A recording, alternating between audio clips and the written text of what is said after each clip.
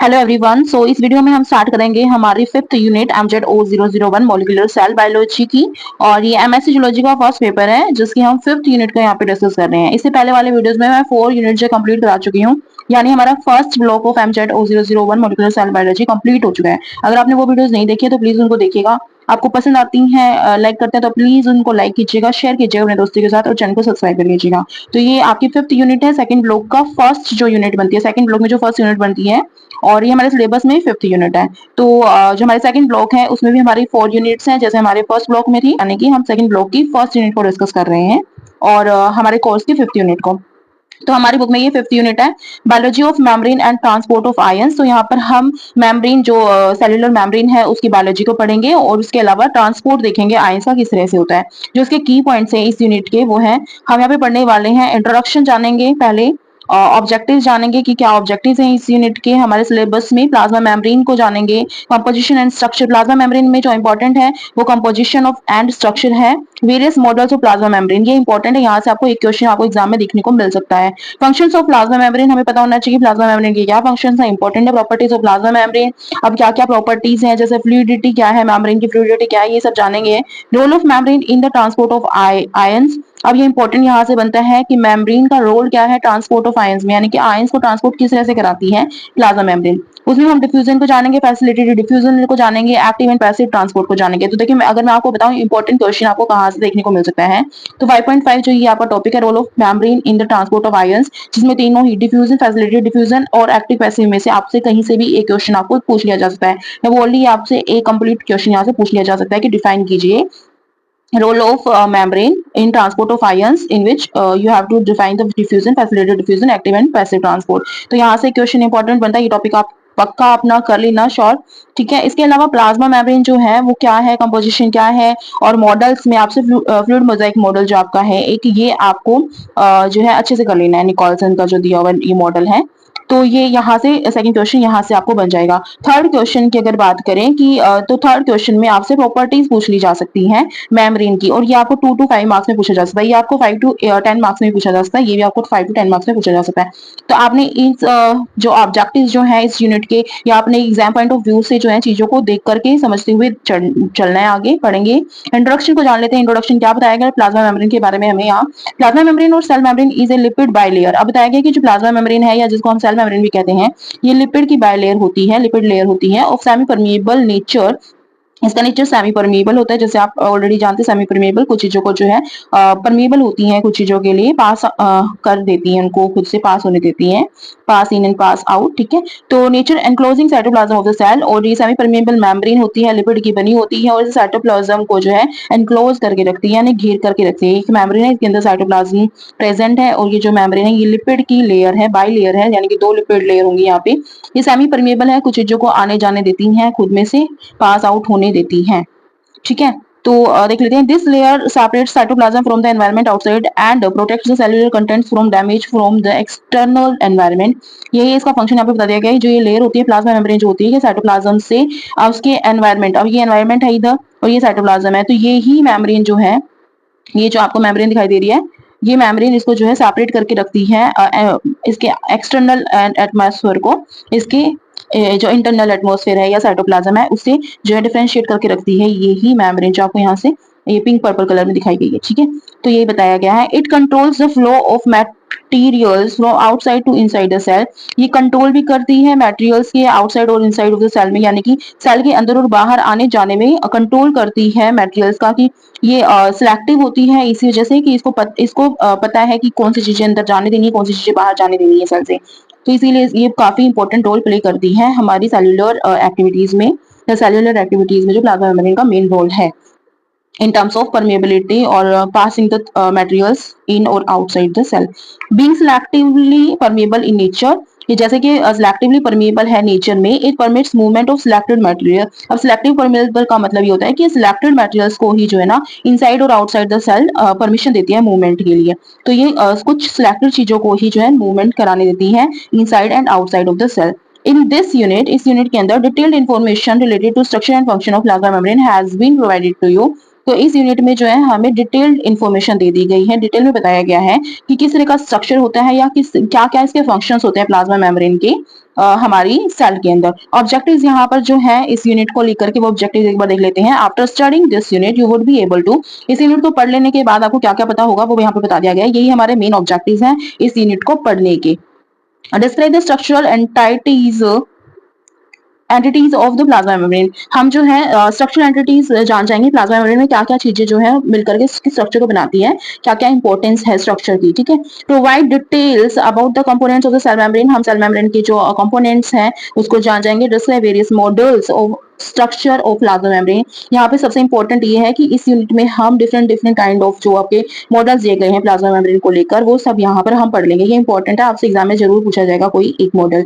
Explain the factors contributing to fluidity of the membrane and, हम explain कर पाएंगे वो फैक्टर्स जिसकी वजह से मेम्ब्रेन में फ्लूइडिटी बनी हुई है। ठीक है, एक तरह से लचीलापन या फ्लूइडिटी जिसकी वजह से वो मूवमेंट कर पाती है, इजीली चीजों को आदान प्रदान कर पाती है, इन एंड आउट कर पाती है, तो वो जान पाएंगे फ्लूइडिटी के बारे में मेम्ब्रेन की। And enlist essential role of membrane, और उसके अलावा हम जानेंगे कि जो प्लाज्मा मेम्ब्रेन का रोल है सेल के अंदर वो क्या है, क्या एसेंशियल रोल है, यानी कि क्यों इंपॉर्टेंट है प्लाज्मा मेम्ब्रेन हमारे सेल की सेल्यूलर एक्टिविटीज के लिए। तो चलिए स्टार्ट करते हैं प्लाज्मा मेम्ब्रेन से। प्लाज्मा मेम्ब्रेन के बारे में बताया गया है, the existence of membrane surrounding the cell was reported long back in the year 1890। तो ये बताया, जो एग्जिस्टेंस बताया गया था हमें मेम्ब्रेन के बारे में वो हमें ऑलमोस्ट 1890 में बताया गया था। इसके बारे में एक रिपोर्ट बनी थी और वो हमें जो रिपोर्ट मिली थी प्लाज्मा मेम्ब्रेन की वो 1890 में मिली थी। Information related to various components of the membrane was given in 1915, जबकि प्लाज्मा मेम्ब्रेन से रिलेटेड जो कंपोनेंट्स है, अलग अलग जो कंपोनेंट है जो इससे जुड़े हुए हैं उसकी इन्फॉर्मेशन हमें 1915 में मिली थी। अभी याद रखिएगा कि जो हमें एग्जिस्टेंस का पता लगा मेम्ब्रेन की, प्लाज्मा मेम्ब्रेन की, कि सेल के चारों तरफ कोई मेम्ब्रेन भी प्रेजेंट है, वो हमें पता लगा था 1890 में, 1890 में, जबकि उसके जो वेरियस कंपोनेंट्स हैं कि वो किस किस चीज से मिलकर बनी हुई है वो हमें पता लगा था 1915 में। In the mid 19th century Moritz Traube describe, अब ये एक साइंटिस्ट है मोरिट्ज ट्रॉब, ठीक है, एक बार देख लेना ये नाम क्या है, किस तरह से प्रोनाउंसिएशन होगी इसकी। तो मोर्ट्ज टॉप जो है describe membrane as a thin layer film separating the inner contents of the cell from the outer surface. अब ये साइंटिस्ट थे जिन्होंने ये डिस्क्राइब किया था कि जो मेम्ब्रेन है वो एक पतली लेयर होती है, काफी पतली लेयर होती है जो कि inner content of the cell को उसके आउटर कंटेंट्स ये या फिर आउटर सरफेस से जो है ना सेपरेट करके रखती है, अलग करके रखती है। यानी कि एक मेम्ब्रेन प्रेजेंट है, वो एक काफी पतली थिन है और वो इसके इनर कंटेंट्स को उसके आउटर मोस्ट कंटेंट से जो है सेपरेट करके रखती है, ये बताया गया था। साइंटिस्ट का नाम है मोरिट्ज ट्रॉब, ये याद रखिएगा क्योंकि ये आपसे फिल इन द ब्लैंक्स में या ट्रू फॉल्स में या मेसोपोटामी में कहीं भी आपसे पूछा जा सकता है एग्जाम में। He found that this layer is semi permeable, और इन्होंने ही बताया था कि जो ये मेम्ब्रेन है, प्लाज्मा मेम्ब्रेन जो है ये सेमी परमिएबल है, यानी हर चीज को ये अपने में से पास नहीं होने देगी, लेकिन कुछ चीजों को जो है पास होने देती है। Permitted the flow of specific ions, that mean अब सेमी परमिएबल का मतलब क्या है, स्पेसिफिक आयंस को जो है खुद में से पास होने देती है। He could not provide the information related to the structural component of the membrane, और इन्होंने ये अब नहीं बता पाए थे। अब जो स्ट्रक्चरल कंपोनेंट है या मेम्ब्रेन जो है किस किस चीज की बनी हुई है वो ये साइंटिस्ट जो है नहीं बता पाए थे, यहाँ पर वो इन्फॉर्मेशन नहीं दे पाए थे। The lipid nature of the cell membrane was proposed by George Herman क्योंकि, ठीक है, क्योंकि जो यहाँ पे नाम दे दिया गया है इन 1888, जो लिपिड का नेचर बताया गया था सेल मेम्ब्रेन का, वो एक साइंटिस्ट जिनका नाम है जॉर्ज हर्मन क्विक ने बताया था, 1888 में, यह याद रखिएगा। He found that outer surface of membrane acts like an oil film of and is semi-permeable in nature and suggested that membrane is composed of layer of fat less than 100 nanometer thick। अब जो scientist थे George Hermann Quincke 1888 में इन्होंने बताया कि जो plasma membrane की जो आउटर सरफेस है या फिर आउटर सरफेस जो है मेम्ब्रेन का वो एक तरह से ऑयल फिल्म की तरह वर्क कर रहा होता है, सेमी परमिएबल होता है नेचर में। और इन्होंने ये भी सजेस्ट किया कि जो मेम्ब्रेन है वो हमारी एक फैट की लेयर से बनी हुई है और जिसकी जो थिकनेस है वो 100 नैनोमीटर है, ठीक है, यानी कि जो ये लेयर बनी हुई है ये फैट की बनी हुई है और इसकी जो थिकनेस है वो 100 नैनोमीटर है, जबकि इसका आउटर सरफेस जो है मेम्ब्रेन का वो हमारा ऑयल फिल्म है, ठीक है, एक तरह से चिकनाहट सा होगा और सेमी परमेबल होगा। Lipid nature of plasma membrane was proposed by Ernest Overton in 1899। तो जो लिपिड नेचर बताया गया था प्लाज्मा मेम्ब्रेन का वो हमें बताया गया था अर्नेस्ट ने इन 1800 1899 1899 में बताया था। तो यहाँ पे जो है ना इसकी हिस्ट्री बता दी गई है कि 1890 में जो एग्जिस्टेंस फर्स्ट टाइम इसका देखा गया था। 1915 में जो है मेम्ब्रेन के कंपोनेंट्स का पता लगा था, जो वेरियस कंपोनेंट्स है उनका पता लगा था। फिर 1888 में ये जो कंपोनेंट्स हमें 1915 तक पता लगे हैं, लेकिन उससे पहले जो 1888 में हमें लिपिड के नेचर के बारे में पता लगा था मेम्ब्रेन के। और जो ये पता लगा था ये हमें बताया था साइंटिस्ट ने, जॉर्ज हरमन क्विंक ने 1888 में। उसके अलावा फिर हमें पता लगा 1899 में एक अर्नेस्ट ओवरटन जो साइंटिस्ट हैं उन्होंने हमें लिपिड के नेचर के बारे में बताया, प्लाज्मा मेम्ब्रेन का जो लिपिड नेचर है उसके बारे में बताया। और जो हमारे जॉर्ज हरमन क्विंक थे इन्होंने हमें बताया था कि जो सरफेस होता है मेम्ब्रेन का, जो सरफेस आउटर सरफेस जो है वो एक तरह से ऑयल फिल्म की तरह एक्ट करता है और सेमी परमेबल होता है नेचर में। और इन्होंने ये भी बताया हमें कि जो आपकी ये लेयर होती है ये फैट की बनी होती है, composed of layer of fat, यानी कि फैट की लेयर्स से बनकर बनी होती है। और जो इसकी थिकनेस है, मोटाई जो है इसकी एक तरह से वो 100 नैनोमीटर थिक होती है। Studies suggested the presence of lecithin. अब देखो ये एक यहाँ पे बता दिया गया है फोस्फेटाई डाइक्लोराइन, फोस्फेट फोस्फेट फोस्फेटाई डाइल क्लोराइन जो है ये लेसिथिन है, and cholesterol as the components of cell membrane. अब यहाँ पे इन्होंने सजेस्ट किया कि जो आपका ये मेम्ब्रेन बनी हुई है ये लेसिथिन इसमें प्रेजेंट है, फोस्फेटाइड डाइक्लोराइन एंड कोलेस्ट्रॉल जो है इस सेल मेम्ब्रेन में प्रेजेंट होते हैं, ये इसके कंपोनेंट्स होते हैं। तो याद रखिएगा कंपोनेंट्स ऑफ मेम्ब्रेन में क्या है, लेसिथिन जिसको फोस्फेटाइडाइल क्लोराइन और कोलेस्ट्रॉल इन दोनों से मिलकर के जो है आपकी सेल मेम्ब्रेन बनी है। The chemical components present in the cell membrane was revealed in the early 20th century. और जो केमिकल कंपोनेंट्स हैं हमारे सेल मेम्ब्रेन के वो हमें 20वीं शताब्दी में जो है हमें रिवील्ड हुए थे, हमें पता लगे थे कि क्या क्या है कंपोनेंट्स। ठीक है, फ्रिक फ्राइड जो है to know the thickness of the membrane but was not successful. ये साइंटिस्ट हैं जिसका नाम है फ्रिक फ्राइड, ये भी जानना चाहते थे मेम्ब्रेन की थिकनेस को, लेकिन ये सक्सेसफुल नहीं हुए थे। Davson and Daniel propose a modification to the concept later on।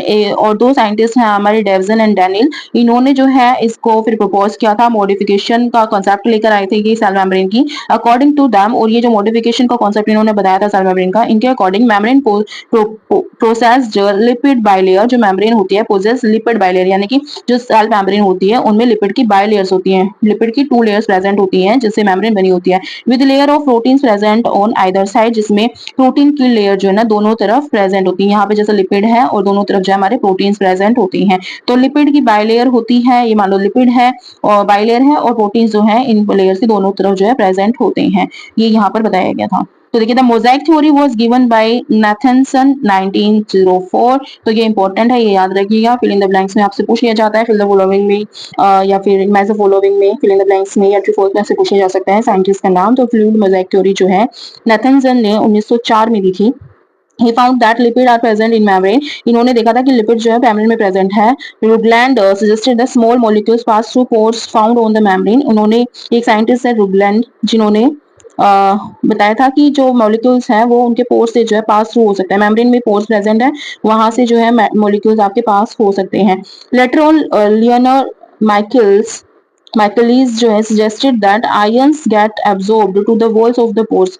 अब ये आपके एक साइंटिस्ट है जिन्होंने बताया बाद में, लियोनर माइकलिस जिन्होंने बताया कि जो आयंस है वो एब्जॉर्ब हो जाते हैं वॉल्स ऑफ द पोर्स से, यानी कि जो पोर्स प्रेजेंट है वॉल्स में वहां से जो है आयंस एब्जॉर्ब हो जाते हैं। And permeability of the pores is regulated by electrostatic repulsion to the ion. और जो ये परमेबिलिटी है पोर्स की कि वो परमिशन देते हैं मॉलिक्यूल्स को उसमें से पास थ्रू होने की, ये होती है उनसे रेगुलेट होती है इलेक्ट्रोस्टैटिक रिपल्शन ऑफ आयन की वजह से। According to Michaelis in 1926 transfer of ions across the membrane is regulated by membrane potential.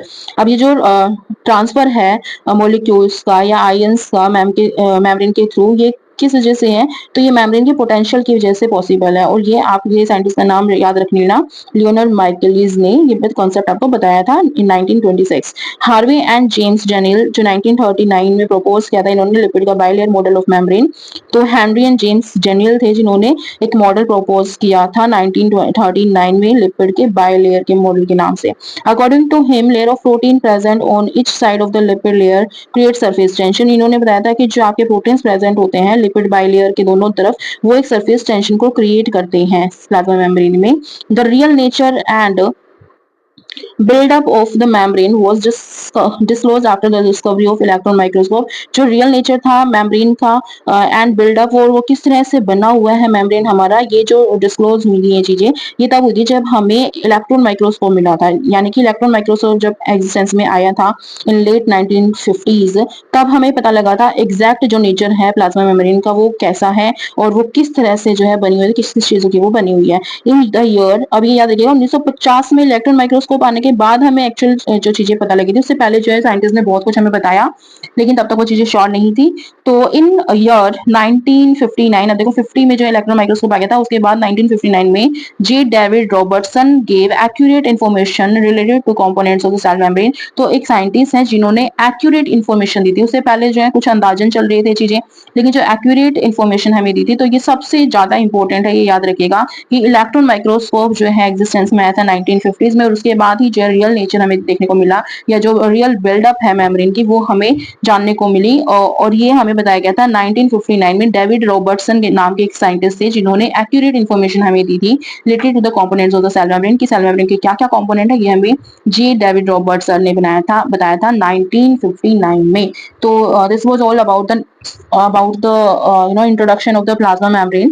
in our next video we will be discussing our next topic। till then अगर आपको video पसंद आती है तो please इसको लाइक कीजिएगा, share कीजिएगा अपने दोस्तों के साथ और चैनल को सब्सक्राइब कर लीजिएगा। Thank you so much for watching friends, thank you, bye bye.